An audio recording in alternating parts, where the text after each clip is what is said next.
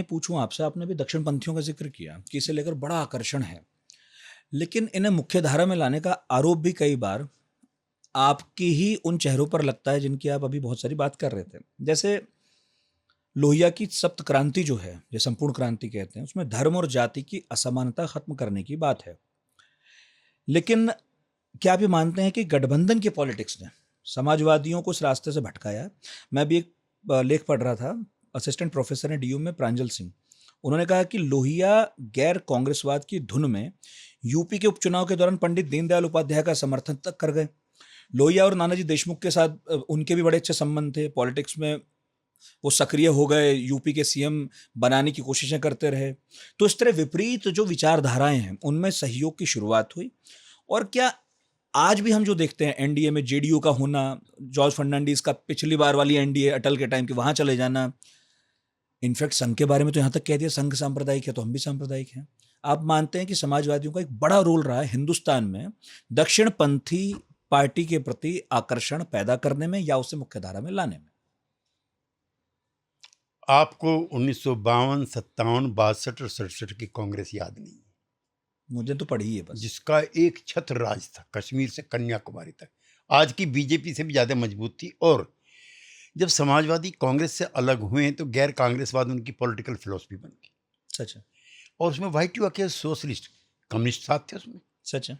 67 की जो गैर कांग्रेसी सरकारें बनी हैं, मैं उत्तर प्रदेश का रहने वाला हूँ, रुस्तम सेठिन नाम के कम्युनिस्ट नेता, राम प्रकाश गुप्ता जो बीजेपी वाले हैं, जनसंघ वाले हैं, उनके साथ मंत्री बने।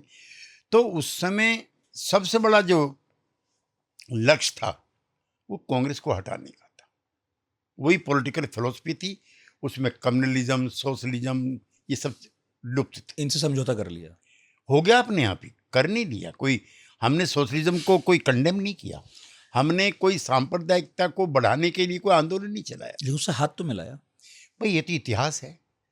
100 साल की आज कम्युनिस्ट पार्टी है, 100 साल की आज जो है आरएसएस है। उसकी फिलॉसफी पूरे देश में फैल गई, उनकी पूरे देश में मर गई। इसके लिए किसको दोष देंगे आप? एक दूसरा, जब ये गैर कांग्रेसवाद बढ़ता रहा और कांग्रेस पार्टी का वर्चस्व भी बढ़ता रहा, तो फिर इमरजेंसी का दौर आ गया, जेपी का मोमेंट आ गया, उसमें सबसे हम सब शामिल हो गए। कितनी प्रताड़ना हुई वो आप लेखकों ने भी नहीं लिखा है। हम जेल में, हमारे घर वाले पिट रहे हैं, जॉर्ज फर्नांडीज की बूढ़ी माँ को मारा जा रहा है, नखून निकाले जा रहे हैं लॉरेंस फर्नांडीज के भाई के। तो जेल में हमारा एका हो गया, या तो मरें या क्या करें, या मिलके लड़ें। हाँ, लड़े 67 में, ठीक। लेकिन विचार चुके एक नहीं थे, प्रतिबद्धताएं चुके एक नहीं थी, हम फिर टूट गए। और समाजवादी आंदोलन की तो डॉक्टर लोहिया ने किताब लिखी है, सुधरो या टूटो। तो हम सुधरते कम थे, टूट जाते थे। वो जनता पार्टी वाला प्रयोग भी इसलिए विफल हुआ, हाँ, क्योंकि विचार एक नहीं थे। तो फिर से सीखे क्यों नहीं? अगले आने वाले दशकों में बार बार हाथ में हम कमजोर होते चले गए। नहीं। और उसके पीछे जनसंघ जो थी, उसके पीछे संघ भी थे। हमारे पीछे कोई संचालित करने वाली ऐसी शक्ति नहीं थी जो हमें बांध कर रखे। जेपी के बाद, जेपी के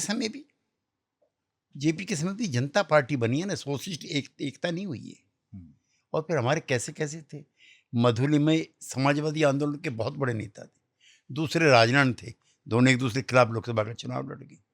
तो ये जो मेरे नेताओं की जो दूरदर्शिताएं हैं, स्पर्धाएं हैं, उसके लिए हमें दोष मत दो। आप उन नेताओं में से हो। एक तो आप मुझे इसलिए पसंद है, खुल के बोलते हैं, दूसरा इसलिए भी कि आप जिनके नाम ले रहे हैं उनके साथ आप रहे हैं। हाँ, रहा हूँ। आप तो राजनारायण के साथ थे। भाई मैं राजनारायण जी जिस दिन हार का है बांका में, हाँ, मैं तो उस दिन भी उनके पास था। लेकिन उसी राजनारायण ने, उसी सोशलिस्ट ने, उसी लोहिया के चेहरे ने इंदिरा गांधी को भी हराया, चुनाव में भी और कोर्ट में भी। तो हमारा इतिहास भी कोई कलंकित इतिहास नहीं है। लेकिन आपके नेताओं की गलतियां आपकी नहीं, आप ही कह रहे हैं। नहीं, मैं उन डिसीजन मेकिंग मोमेंट्स का हिस्सा नहीं हूं मैं। अब तो हैं। अब it is too late now.